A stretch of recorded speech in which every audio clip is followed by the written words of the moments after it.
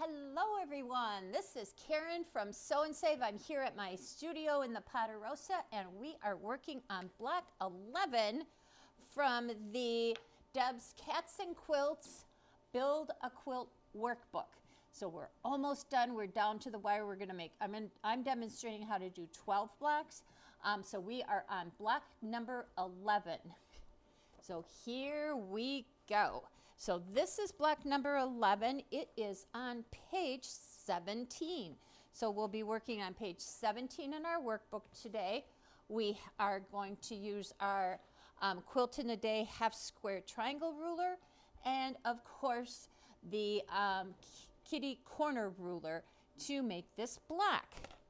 So what are you going to need for this block today? So you're going to be making kitty corner blocks, you're going to be making hourglass blocks, and then you'll have another block in the center. Easy peasy, you can do it, and I'm going to show you how. So working from page number 17, you are going to need, first of all, you're going to need 4 rectangles of your background, which are going to be used in your kitty corner blocks. Then from your background, you're also going to need 2 large squares, which are going to be used in your hourglass blocks. You're going to need your center square, which on this one they're calling light green. Then you'll be using lime green, and so my light blues are the lime green ones, and you'll need 4 squares for this, and they will be your unit A part of your kitty corner block. And then you will need 2 large, what they're calling dark green, mine is dark blue, 2 large squares to go along with your background squares to make the hourglass blocks. So gather up all your equipment, cut your blocks, your squares and rectangles down to size, and let's go over to the cutting mat and I'll show you what to do first. The first step in making this block this month is to do our kitty corner squares. So we're going to start out with our unit A block. We're going to put the diagonal line along the folded edge of our square. Remember, we took our great big square, folded it in half. We're going to line the diagonal line right up on the fold and trim so that we make our unit A part of our block, or what I call the kite. So let's make our little kites here. You're going to do 4 of these, just like this. Oops, get over here. And 1 more. Get it right on the line there. That'll make it nice. There we go. I hope you're getting your points all nice as you're getting these sewn in now. I'm going to line these up on my board so that I can take them over to the sewing machine and sew them up. They'll be super easy. Are you getting used to doing these now? Now that we're just about done making them, there we go. Then we're going to take our background rectangles, and I have 4 of them. I have 1 set with wrong sides together and layered with another set that are laid wrong sides together. Alrighty, well, then we're going to take, this is going to be our unit B block. This line is going to line up right on the left side of our block. That little dog ear is going to line up on the top. And then we're going to trim, and I go through all 4 layers. So make sure that you have a good sharp blade in your cutter. Yes, I left my blade open. So now we're going to come along and I'm going to grab it again really quick, and I'm going to dog ear that corner point. So I'm going to come here and come here, trim those off, just like that. Get those out of the way. Let's line these up, and remember we're going to sew them on the 1/4 inch, and we will press away from the kite, or the A unit of this block. So let's lay that right there, and I have 1 more over here. There we go. Sew these at 1/4 inch and press away from the kite, your unit A. So I have my first side of my unit B sewn to my unit A, the kite block, and then I have everything pressed away from the unit A or my little kite. Now I'm going to put the other side on, sew it at 1/4 inch, and press away from the unit A block. Once we've done that, we'll bring it back and trim it up to down to size, I guess. Not up to size, down to size.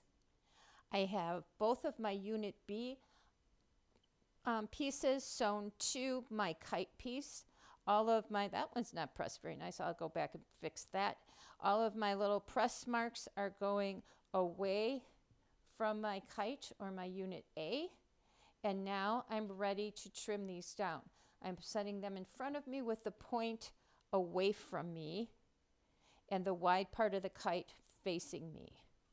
And now I'll use my trim 1 mark to line up the little V in the corner of the trim to the point of my kite, and then this diagonal line goes straight through to the other side of my unit A. Do that. Lay it down again. Oops, get everything lined up. That looks good. And you know that this little point up here is the important one, isn't it?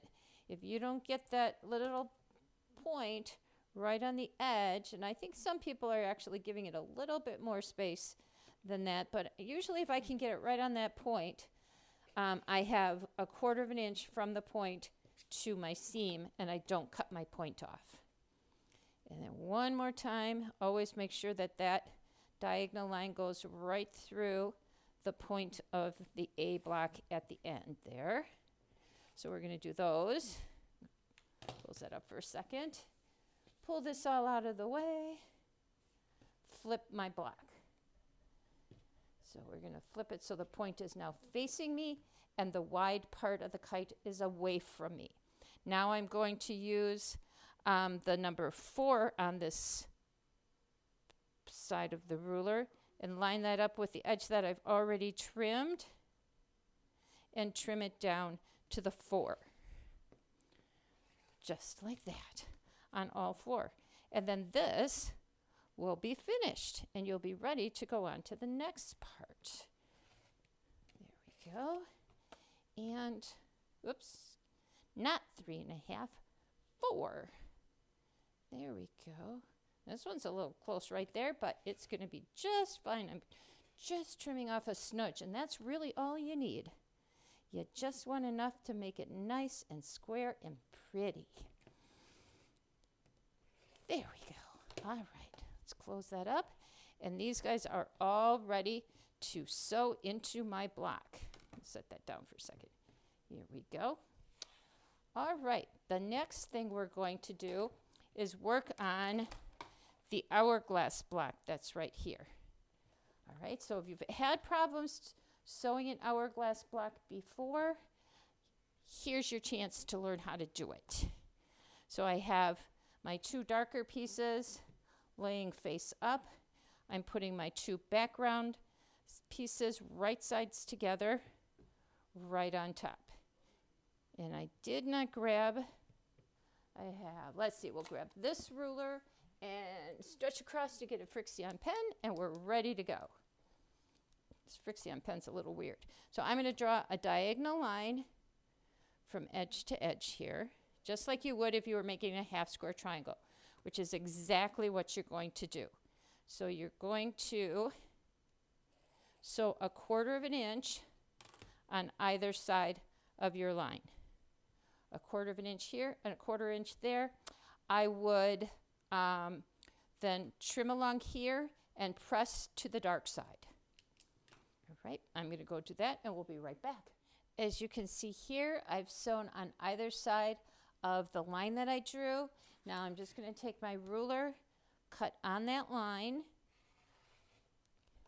I'm going to open these up, take them over to my ironing station, and press them toward the dark side. So press my seam toward the dark side, and then I'll come back and we'll do the second part. So you can see that I have all 4 of these cut and pressed toward the dark side.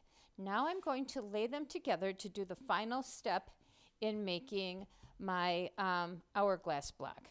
So I'm going to match each one of these up right sides together with the background toward the dark side on this side and the dark towards the light on this. And that's why you wanted to press them toward the dark, because now you can, when you sew, you're going to nest these seams so they line up perfectly as you sew. So I'm going to do that with this one, and I should do it on my board, but that's okay. And I'm going to do the same with this one. Just like this. I'm going to grab my board, throw them on here, because then they won't move around or I won't drop them. So that's on top of that. That's on top of that. Again, get them lined up a little bit better. I can feel that my seams are nested really, really nice. I'm going to grab my ruler and my Frixion pen, and now I'm going to draw another line diagonally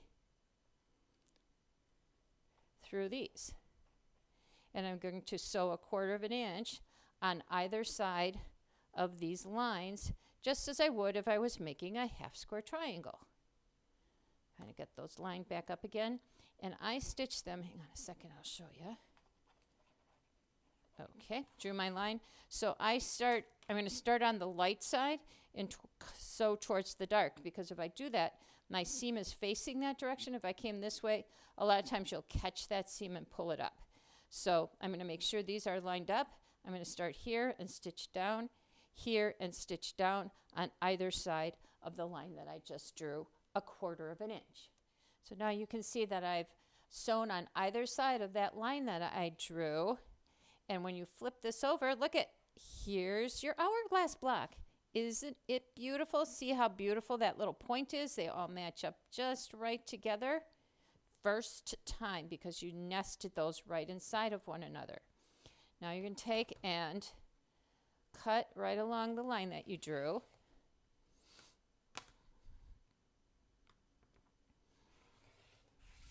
All right, I'm going to lay these in front of me like this, and then get my half square triangle ruler out, and we're going to, yep, I just wanted to double, triple check the size, but we're going to trim these down to 4.5 inches. So this 4.5 inch dotted line is going to line up right along your stitching line, and then this line that goes straight up through the center is going to line up with the seam line that goes up through the point.